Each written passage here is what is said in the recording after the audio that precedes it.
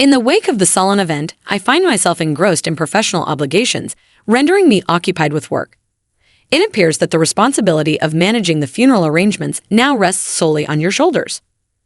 Despite the tragic loss of our beloved daughter at the tender age of 10, it baffles me how my spouse, in the aftermath of the disclosure of our daughter's limited life expectancy, assumes the demeanor of a complete stranger.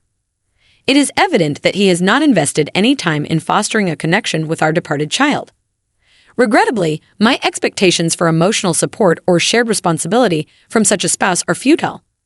The entire orchestration of the funeral, bidding a final farewell to our precious daughter, and the subsequent return home all transpired under my solitary efforts. As I settled at the table where countless meals with our daughter had taken place, the weight of her absence descended upon me. Lost in contemplation, I was interrupted by a brusque remark. "What are you lost in thought for? Ensure that this formal wear is cleaned. You're practically a housemaid. Fulfilling such basic tasks should be well within your capabilities." With a disdainful gesture, my husband tossed the formal attire in my direction. In that moment, I lacked the mental fortitude to engage in a dispute. Now, with the irreplaceable loss of our daughter, the tether that bound me to this marriage feels increasingly tenuous. Amidst these ruminations, I discovered an unexpected document nestled in the folds of the formal wear that was so casually thrust upon me. Unfurling it, I discerned a diverse paper, implying that my husband intended for me to submit it to the city office. The unspoken message resonated clearly, a tacit assertion of my continued obligations even in the wake of profound grief.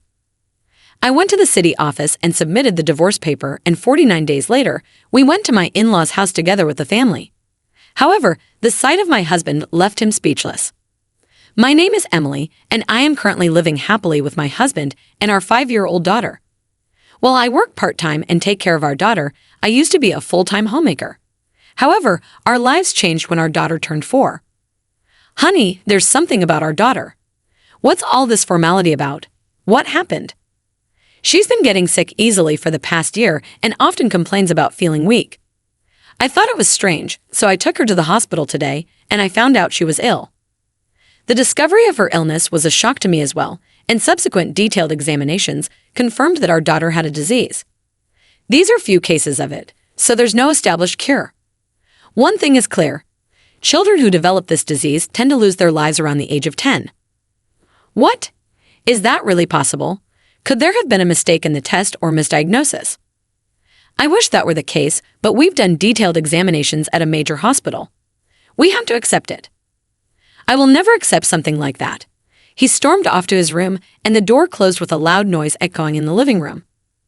I couldn't say anything to my husband, but I could somewhat understand his feelings. When I heard the news at the hospital, I too became emotional and yelled at the doctor. It's inconceivable that our daughter could die so young. Even though it sounds unreasonable to say so after all the tests, as a parent, I couldn't accept it. Why?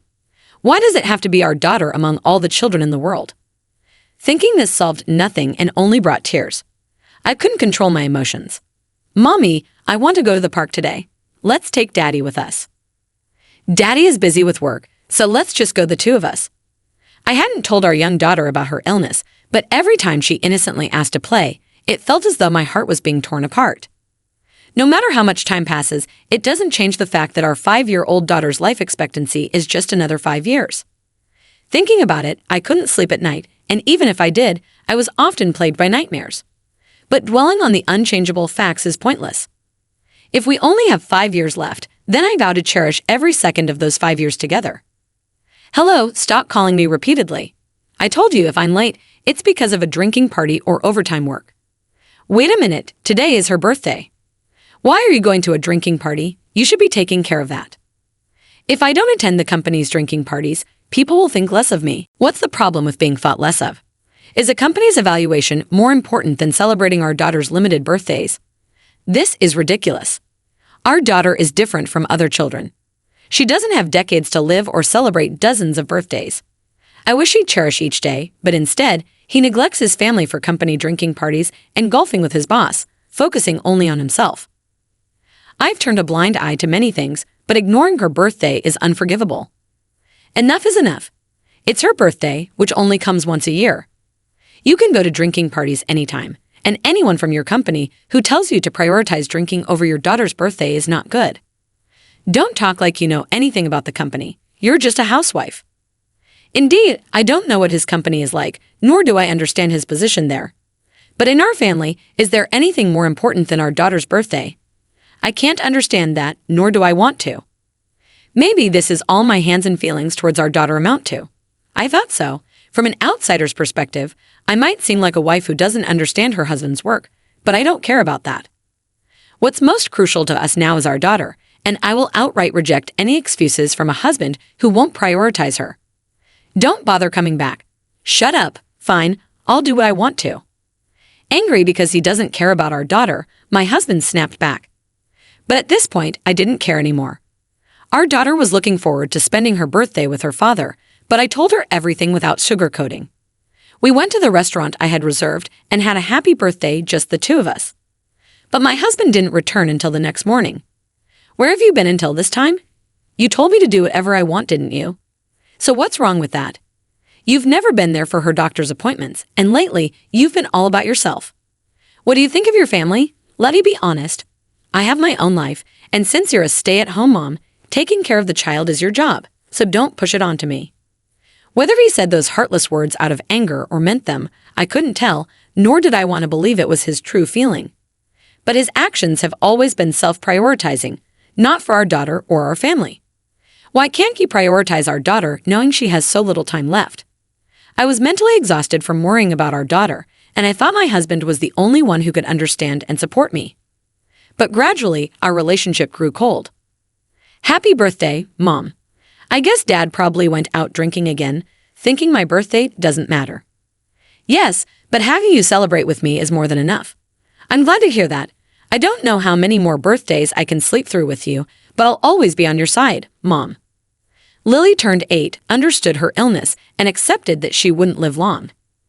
Despite this, she always smiled and continued to be my pillar of support. As usual, my husband would leave the house on his days off and not return until the morning. He even started to skimp on Lily's medical expenses, so I reluctantly started a part-time job. If I could, I wanted to spend more time with Lily, especially since she was being cared for at home and would be alone while I worked. Yet, whenever I returned from my part-time job, my daughter had prepared a small meal or baked some sweets, waiting for me. Our life together had become irreplaceable to me. 2 more years passed, and on a day when my daughter turned 10, "Are you okay? You hadn't been feeling well lately.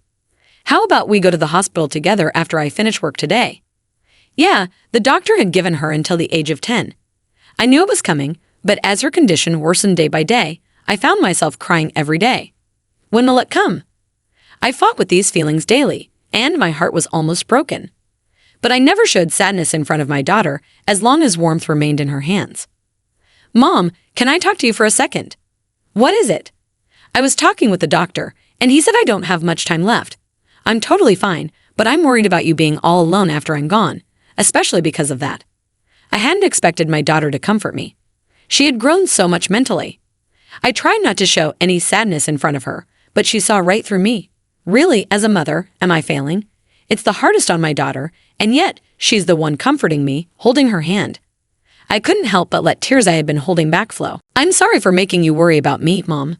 Don't apologize, I'm not blaming you. But there's something I need to talk about regarding Dad." I was surprised by what my daughter said about my husband. At her age, she was already thinking about what would happen after she was gone.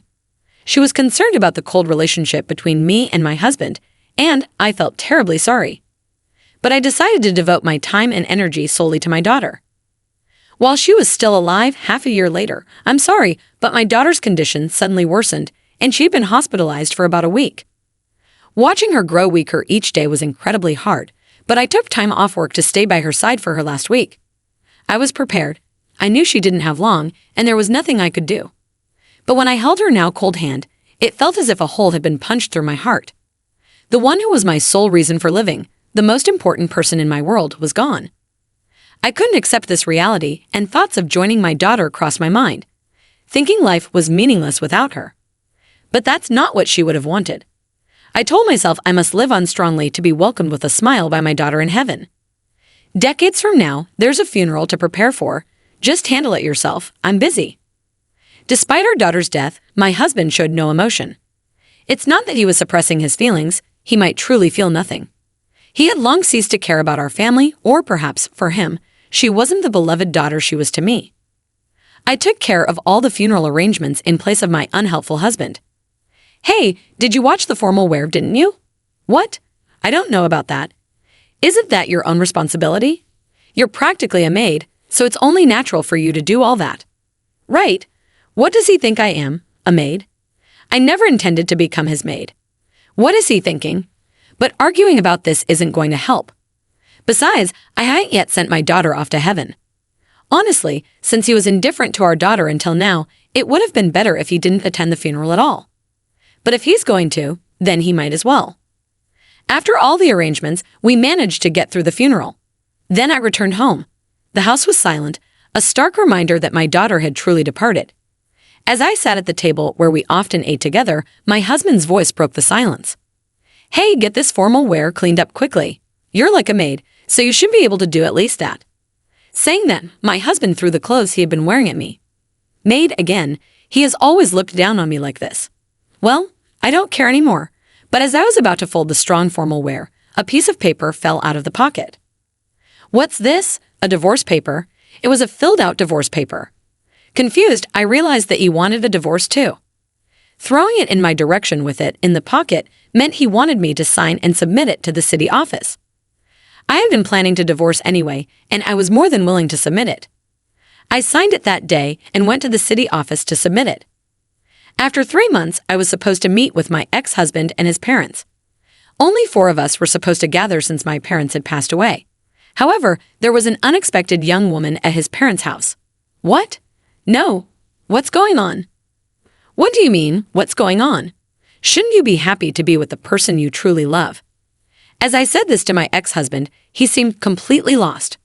Naturally, it was shocking to see his affair partner at a family gathering after 3 months. Who invited her and for what purpose? He must have been frantically trying to figure out, but before he could understand the situation, I spoke up. Did you really think it wouldn't come out? I already know about your affair, ignoring your family to have fun with your mistress. You are the worst. Wait, what's happening here? Don't play dumb. You were the one who said we'd get married. To think I was just an affair, you're the lowest. My ex-husband was completely bewildered as both his mistress and I confronted him. This had all been planned, going back to when my daughter was still with us. She had told me something shocking. Dad, I think he's having an affair. I heard him whispering on the phone late at night. An affair?